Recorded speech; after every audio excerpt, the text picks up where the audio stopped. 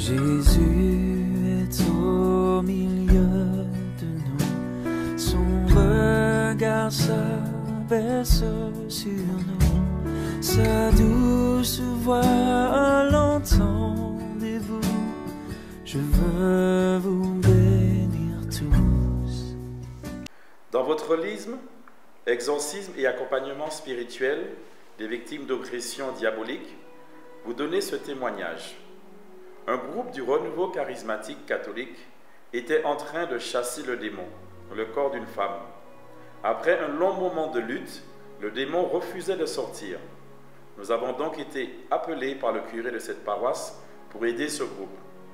Après la prière, cette femme fut délivrée de l'esprit qui la possédait.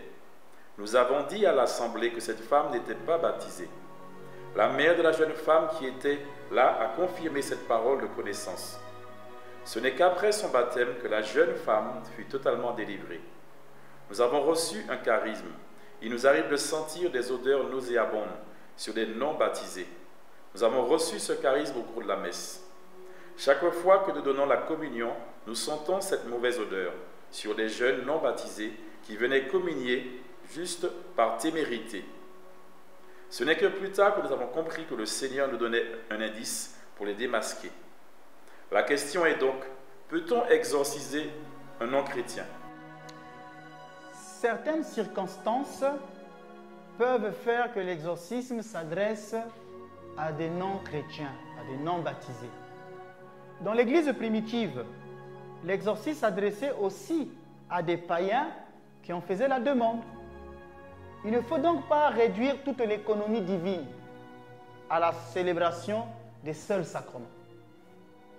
Dieu a des voies mystérieuses pour vouloir sauver tous les hommes. Dieu a des voies mystérieuses pour vouloir sauver tous les hommes.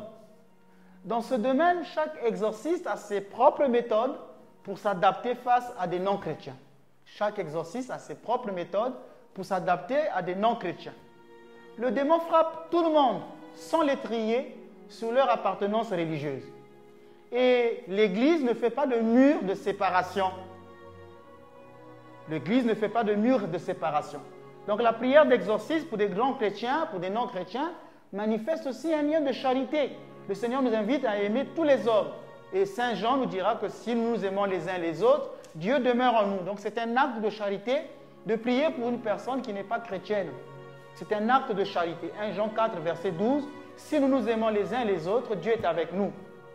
Et dans l'Évangile, on voit le paralytique qu'on emmène à Jésus. Jésus voit la foi des porteurs, les 4 porteurs qui ont emmené le paralytique. Jésus n'a pas vu la foi du paralytique, il ne savait pas s'il croyait en lui. Jésus a vu la foi des porteurs. Et c'est cela qui a fait qu'il puisse guérir cet homme. C'est Saint Cyril de Jérusalem. Saint Cyril de Jérusalem, dans les catéchèses baptismales, il disait « La foi possède une telle puissance que le croyant n'est pas seul à être sauvé, mais que certains ont été sauvés par la foi des autres. » Certains ont été sauvés par la foi des autres. C'est ce que dit Saint Cyril de Jérusalem, catéchèse baptismale. Toutefois, le non-chrétien ne peut pas jouir pleinement de la grâce de l'exorcisme. On va prier pour lui, on va essayer de l'aider, on va s'adapter à sa situation, mais il ne peut pas jouir pleinement de la grâce de l'exorcisme. Je vous explique. Dans la tradition de l'Église, l'exorcisme est pratiqué normalement en vue du baptême. Il est donc appelé exorcisme des catéchumènes. C'est parce qu'une personne devait recevoir le baptême qu'on pratiquait l'exorcisme. Et cette tradition est restée dans l'Église orthodoxe. Il y a toujours l'exorcisme des catéchumènes. Alors, ce n'est pas seulement l'exorcisme donc des possédés, mais l'exorcisme des catéchumènes, c'est-à-dire que l'Église ne considère pas que l'exorcisme soit pleinement réservé seulement aux possédés, mais à tous ces enfants qui ont vraiment besoin d'aide, qui ont besoin des effets de la rédemption du Christ. Être libéré du péché, c'est être libéré aussi de l'action du diable. Ainsi, l'exorcisme n'est possible pleinement qu'en devenant membre du corps de l'Église, en devenant membre de l'Église. Donc l'exorcisme devient possible pleinement qu'en devenant membre de l'Église. Il implique d'une certaine façon une prière de rénonciation à Satan. Le jour du baptême, on va vous demander de renoncer à Satan et à ses œuvres. Je renonce à Satan et à ses œuvres. Les œuvres de Satan, non seulement il y a le péché, je vais renoncer à la magie, je vais renoncer aux pratiques d'occultisme, je vais renoncer à la divination, je vais renoncer à la sorcellerie, je vais renoncer au quimbois, je vais renoncer à toutes ces pratiques. Donc l'exorcisme implique une prière de renonciation à Satan. Et non seulement ça, mais l'exorcisme implique une profession de foi. Ce sont là les deux éléments du baptême. Renonciation à Satan et profession de foi. Je vais reconnaître que Jésus-Christ est Seigneur et Sauveur. En récitant le credo, je vais dire qu'il est né de Dieu, vrai Dieu de Dieu engendré, non créé, consubstantiel au Père. Donc il y a en même temps, je renonce à Satan et à ses œuvres, mais en même temps, je reconnais Jésus comme Dieu. Je me consacre à lui. Voilà les deux grands mouvements de l'exorcisme. Renonciation à Satan, profession de foi. Cette prière doit être dite de façon sincère. Alors, il est évident que celui qui confesse l'hérésie, quelqu'un qui vous dit Jésus n'est pas Dieu, Jésus-Christ n'est pas Dieu, comment voulez-vous que je lui donne pleinement la grâce de l'exorcisme? J'ai déjà reçu des témoins de Jéhovah, j'ai déjà prié pour une femme témoin de Jéhovah qui avait des grandes attaques spirituelles et parfois quand elle dormait, elle se réveillait, il y avait la semence de l'homme sur elle. Elle avait ce qu'on appelle dans le jargon un mari de nuit. Mais l'exorcisme a été difficile parce que chaque fois qu'on arrivait à la profession de foi, le témoin de Jéhovah me disait que Jésus n'est pas Dieu. Comment vais-je lui donner la plénitude de l'exorcisme? Ainsi, celui qui confesse l'hérésie, celui qui s'oppose à l'Église et qui n'accepte pas comme Jésus, Dieu fait homme, ne peut pas jouir pleinement de la grâce octroyée dans l'exorcisme. La délivrance du diable est communiquée par le Christ, au moyen de l'exorcisme, qui ne peut être dispensé que par et dans l'Église. Les sacrements ne se communiquent que dans l'Église. En dehors de l'Église, il n'y a pas de sacrement. Donc, sans cette intégration ecclésiale, la personne ne peut pas jouir pleinement de l'exorcisme. C'est pourquoi je disais que là, vraiment, on s'adapte simplement. Quand on a des cas de non-baptisés, des non-chrétiens, des musulmans, tout ça, nous allons nous adapter. Mais il y a des limites à notre travail parce qu'il y a des choses qu'on ne pourra pas faire. Alors, on va lire un texte pour appuyer ce que nous disons. C'est Matthieu chapitre 12, le verset 43 à 45. Dans ce texte, Jésus dit que lorsque l'esprit impur est sorti d'un homme, il va dans des lieux déserts cherchant du repos. Il n'en trouve point. Alors il dit, je retournerai dans ma maison d'où je suis sorti. Et quand il arrive, il la trouve vide, balayée et ornée. Il s'en va, il prend avec lui 7 autres esprits plus méchants que lui. Ils entrent dans la maison, s'y établissent, et la dernière condition de cet homme est pire que la première. En effet, vous voyez que l'esprit mauvais est sorti, il va revenir parce que la maison est vide. Donc, même après l'exorcisme, il faut respecter une période de convalescence. Il faut respecter une période de convalescence. Un possédé peut être délivré normalement après une prière d'exorcisme, puis être repris par le même démon. Le problème de cette réattaque, réinfestation, vient du fait que la maison est vide. Le Christ dit, quand il la trouve vide, l'esprit va revenir. Pourquoi cette maison est vide? C'est la situation de celui qui est délivré, mais ne pratique pas les sacrements de l'Église. Une personne qui reçoit l'exorcisme, qui ne se confesse pas, qui ne communie pas. Alors, comment vais-je, par exemple, donner la communion à un non-baptisé? Un témoin de Jéhovah va venir me voir, un musulman va venir me voir. Je lui ferai des prières, je vais essayer de l'aider par charité, mais je serai limité à un certain niveau, à moins que Dieu, dans sa souveraineté, aille le délivrer. Mais en respectant les canons, il y a des choses que je ne pourrais pas lui faire. Or, une personne qui ne communie pas ouvre la porte aux démons. C'est pourquoi Satan va contre-attaquer et reprendre du terrain. C'est pourquoi des personnes pour lesquelles on a prié peuvent se retrouver plus tard avec les mêmes difficultés et avec le même démon, et parfois le cas devient très grave. Il ne faut pas se borner seulement à exorciser les gens. C'est pourquoi je dis que l'exorciste, ce n'est pas un chasseur de démons. C'est avant tout un exorciste, c'est avant tout un prêtre. Ce n'est pas un homme qui vient là matin, midi, soir à chasser les démons. Et un prêtre, c'est quoi? C'est celui qui sanctifie le peuple de Dieu par les sacrements. Donc on n'est pas là que pour chasser, Satan sort dans les corps des hommes. Nous sommes là pour les sanctifier par les sacrements. J'ai reçu une dame qui était amnésique qui avait perdu sa mémoire et pour qui je devais faire la prière. Nous avons fait la prière, l'Esprit nous a parlé. Quand le démon est sorti, la mémoire est revenue. J'ai dit au monsieur, votre femme n'est pas baptisée. Il faut que vous puissiez tendre au baptême et vous avec pour avoir le sacrement du mariage. Alors le monsieur ne voulait pas écouter ce que nous lui avons demandé. Il a fait un long voyage, il est allé à Paris. Ensuite, il est revenu. 6 mois après, en nous apprenant que non, le cas était devenu très grave, que la femme faisait des crises même de folie.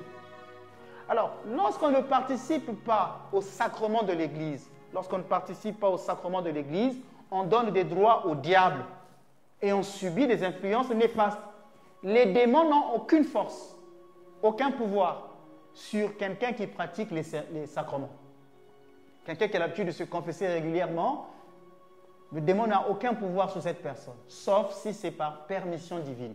Dieu peut le permettre, les charges de la chair dont parle saint Paul, pour encore sanctifier la personne. Mais en général, le démon n'a pas de pouvoir sur quelqu'un qui se confesse. Donc si après avoir été exorcisé, nous continuons à subir les attaques du diable, cela peut tenir compte qu'à notre propre négligence spirituelle. Cela relève de notre propre responsabilité. Je suis martiniquaise et je travaillais en métropole. J'ai eu des soucis dans mon milieu professionnel avec une femme pratiquant le vaudou. Elle m'a jeté un sort. Je ressentais une présence mystérieuse dans mon corps avec l'impression d'étouffement. J'avais envie de me suicider. Je subissais des douleurs dans plusieurs parties de mon corps. Pendant la journée, j'avais besoin de m'allonger à de nombreuses reprises. Pendant la nuit, je subissais des terreurs nocturnes jusqu'à l'impression de perte de connaissance. Je consultais un prêtre orthodoxe. Il prononça sur moi l'exorcisme des catéchumènes parce que je n'étais pas baptisée. Pendant la prière, mon corps se cambrait et se courbait anormalement. Je poussais des cris de rage et des hurlements bestiaux.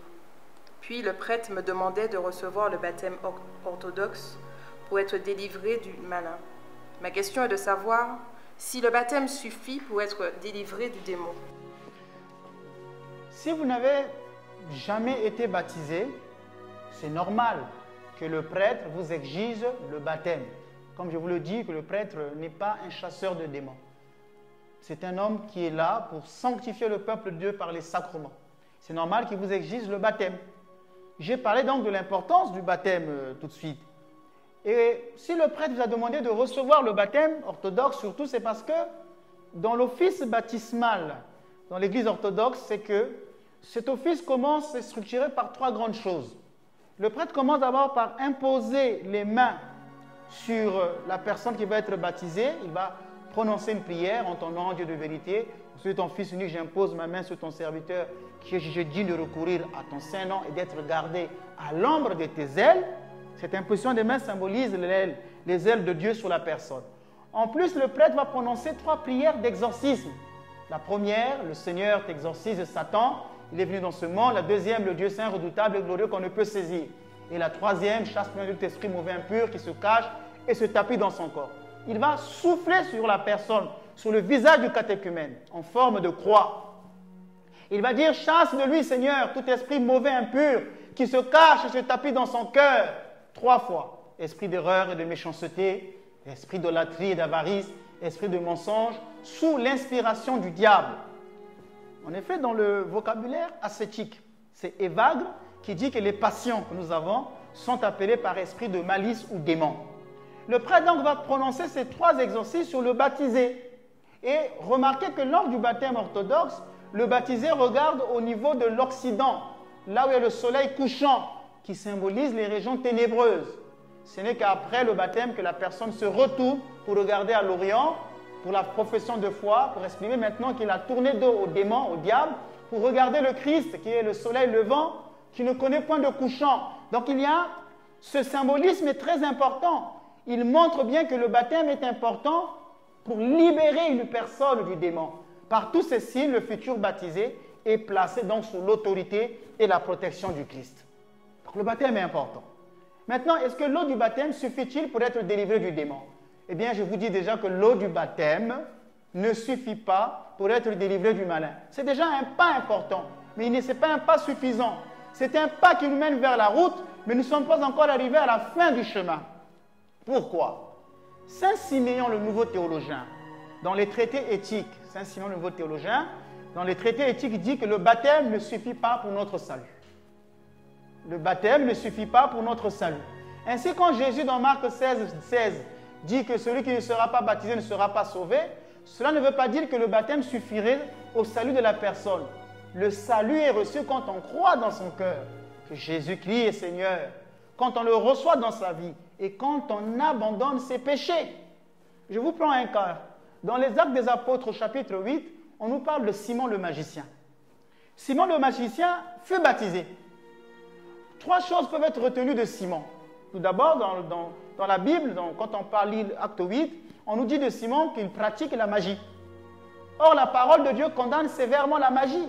Même après son baptême, il continue de pratiquer la magie. C'est un magicien, dont on l'appelle Simon le magicien. Pourtant, il fut baptisé. Deuxièmement, Simon est orgueilleux. C'est une passion qui est là, un vice, l'orgueil. Satan est tombé par orgueil. Simon est orgueilleux, pourquoi?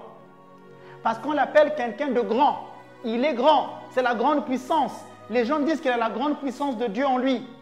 C'est donc la mégalomanie qui caractérise le personnage, une folie de grandeur. Troisièmement, Simon est adulé par la foule qui reconnaît en lui un pouvoir divin, ce qui est une idolâtrie de la personne. Simon, certes, sera baptisé, mais il est resté le même. Il a reçu le baptême parce qu'il était juste ébloui par les miracles de Philippe. Il voulait simplement se faire baptiser pour obtenir une puissance. Donc, ici, il y a une manipulation du sacré. Je veux recevoir le baptême juste pour recevoir une puissance. D'ailleurs, Simon dira dans Acte 8, le verset 19, il dit « Donnez-moi ce pouvoir à moi aussi, que celui à qui j'impose la main reçoive l'Esprit Saint. » Sa prière est sous le registre de l'ego. « Donnez-moi, à moi aussi, à qui j'imposerai les mains. » Simon n'est pas attiré par la personne du Christ, mais il est juste ébloui par les miracles et par le désir de manipuler le religieux pour éblouir la foule. Il veut manipuler le religieux pour éblouir la foule. C'est pourquoi Saint Jean Chrysostome, Saint Jean Chrysostome, dans son livre appelé les Homélies, Saint Jean Chrysostome dira la maladie de Simon était déjà vieille. Voilà pourquoi elle ne guérit pas. Il n'agissait donc pas par ignorance, mais comme tentateur. Donc la conversion de Simon n'était pas authentique. Pourtant, il fut baptisé. Il n'avait pas renoncé à Satan, puisqu'il continuait à pratiquer la magie. Donc en lui, la grâce n'a rien enlevé à sa nature. Elle a plutôt révélé son désir d'avoir des pouvoirs surhumains, de séduire les foules et de s'opposer à l'évangile en revendiquant l'adoration du peuple. Simon dit Saint Irénée de Lyon, quand il écrit sur Simon dans son livre Contre les hérésies, c'est un livre très connu, Saint Irénée disait « Simon feignit d'embrasser la foi. Il a simplement faim d'embrasser la foi. » Pour l'évêque de Lyon, son Saint Irénée qui était l'évêque de Lyon, Simon le magicien, c'est le père, c'est le symbole de toutes les hérésies gnostiques. Ainsi, les pratiques ésotériques et divinatoires s'opposent à l'évangile. Saint Pierre dévaluera la faute de Simon en lui disant « Tu as cru acheter le don de Dieu à prix d'argent. Périsse toi et ton argent. » Acte 8, verset 20. Ce péché de Simon est appelé la simonie. Ça vient de là. Simonie, c'est quand on vend les choses sacrées. Quand on veut obtenir des choses sacrées à prix d'argent. Par exemple, si quelqu'un vous dit que moi, pour vous faire l'exorcisme, vous devez me donner 200 €, 300 €. Là, on est en train de faire de la simonie. Quand les gens vous disent que moi, pour aller bénir ta maison, il faut me donner 400 €, nous sommes dans la simonie. C'est le péché de Simon, vendre les choses sacrées, s'enrichir au nom de Dieu. Alors, il y a des personnes qui viennent vous demander parfois des baptêmes. Alors, dans l'accompagnement des personnes qui demandent le baptême, c'est au prêtre de discerner et de purifier les motivations d'une telle demande. Des motivations comme l'espoir de guérir d'une maladie physique après le baptême. Je voyais ça souvent en Afrique, des personnes qui venaient recevoir le baptême orthodoxe parce qu'on leur disait, quand tu vas recevoir le baptême orthodoxe, si tu es malade, tu vas guérir. La motivation, c'est simplement la guérison physique. Ce n'est pas la renonciation à Satan. Les personnes qui reçoivent le baptême pour pouvoir communier, pour des couples, par exemple, non mariés, le prêtre dit, écoutez, si vous voulez recevoir l'Eucharistie, il faudrait qu'on vous baptise. Ce qui est normal, ce qui est beau. Mais il y a des couples, parfois, le monsieur n'a pas abandonné sa deuxième femme, n'a pas abandonné son adultère, mais pour permettre de communier à l'église, vont aller se faire baptiser. Mais est-ce qu'ils ont renoncé à leur péché d'adultère? Alors, par exemple, faire plaisir à sa femme ou quelqu'un qui veut alors recevoir le baptême juste pour faire plaisir, par exemple, à sa communauté. Il y a même parfois des raisons beaucoup plus troubles. Il y a des gens qui reçoivent le baptême pour régler un compte avec son église. Je quitte, par exemple, l'église orthodoxe, je me fais catholique, ou je vais quitter l'église catholique parce que, voilà, pour être orthodoxe, alors c'est simplement pour régler un compte à son ancienne église. Ce ne sont pas là des bonnes motivations. Le baptême n'est pas un acte social et que la motivation du baptême, c'est la conversion de vie. On se fait baptiser pour suivre le Christ, renoncer à Satan et professer la foi. C'est ainsi que Saint Grégoire de Nice fait remarquer que la transformation de notre vie qu'opère la régénération ne peut être une transformation si rien ne change dans notre vie. C'est ce que dit Saint Grégoire de Nice dans les discours catéchétiques. Et il dit, dans ce cas, l'eau du baptême n'est que de l'eau. Dans ce cas, l'eau du baptême n'est que de l'eau. Alors la question est-ce que les sacrements agissent ex opere operator? Vous voyez qu'ici, ce n'est pas seulement par le fait même qu'un sacrement est célébré, que nécessairement il devrait agir, puisque l'eau du baptême ne reste que de l'eau. Alors parfois, je suis surpris de voir des fidèles qui vont à la messe, qui vont à la liturgie, qui professent la foi, le credo, et qui ne renoncent pas à Satan. Ils continuent à pratiquer de la magie, à consulter des féticheurs, des quémoiseurs, qui mettent des pratiques occultes dans leur maison. Et pourtant, ils vont tous les jours à la messe. Ils sont tout le temps baptisés. Et on n'est pas surpris de les voir être toujours attaqués par le Satan. Donc ainsi, le prêtre doit accompagner sérieusement les personnes qui sont victimes d'oppression diabolique, mais qui sont encore imprégnées des pratiques incompatibles avec la vie en Christ. Vous ne pouvez pas vous faire accompagner en suivi d'exorcisme en gardant des fétiches, des pratiques dans les maisons. Ce sont des pratiques incompatibles avec l'exorcisme. Il faut opérer un travail de purification des croyances imprégnées de magie et de toutes les religiosités mélangées. Des personnes qui vont à la prière, mais qui veulent utiliser de l'eau bénite dans le but de manipuler le sacré, un peu comme Simeon. Je prends de l'eau bénite, mais dans le but de vouloir domestiquer le sacré. Ça ne peut pas agir. Donc le baptême ne suffit pas pour être délivré. C'est déjà un pas, mais nous ne sommes pas encore au terme du chemin.